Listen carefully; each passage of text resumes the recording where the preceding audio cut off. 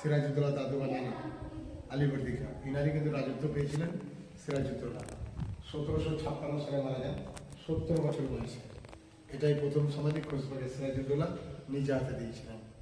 ওনারই পায়ের নিচে সিরাজউদ্দৌলা মেয়ে, যাকে ভাগীরথী নদীর জলে ডুবিয়ে মেরেছিলেন মির্জাপুরের ছেলে বিনয়।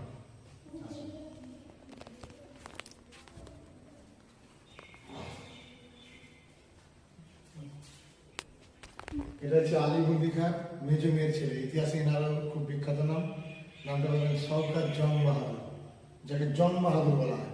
পূর্ণিয়ার নবাব ছিলেন।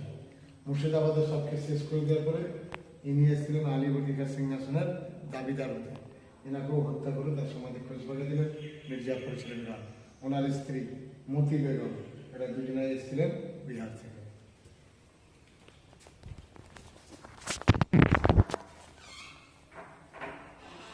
সব কবর কবর, খালি পায়ে হাঁটছি আমরা, এরকম খালি পায়ে।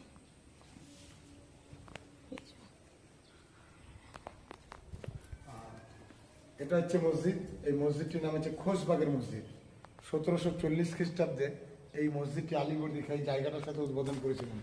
ওনারা যখন এই খোশবাগে ঘুরতে আসতেন, টাইম হয়ে গেলে সামনে চৌবাচ্চায় গোলাপ জল থাকতো, হাত পা ধুয়ে নামাজটা পড়তেন। এটা দিল্লির যে জামা মসজিদ তার অনুকরণে তৈরি করেছিলেন।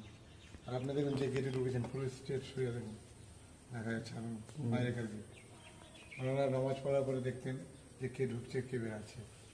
স্টেটের মসজিদের থেকে স্টেট সোজা। এই মসজিদটা তো কি বন্ধ থাকে? হ্যাঁ, বন্ধ থাকে। মানে নামাজ হয় না? এই জায়গাটা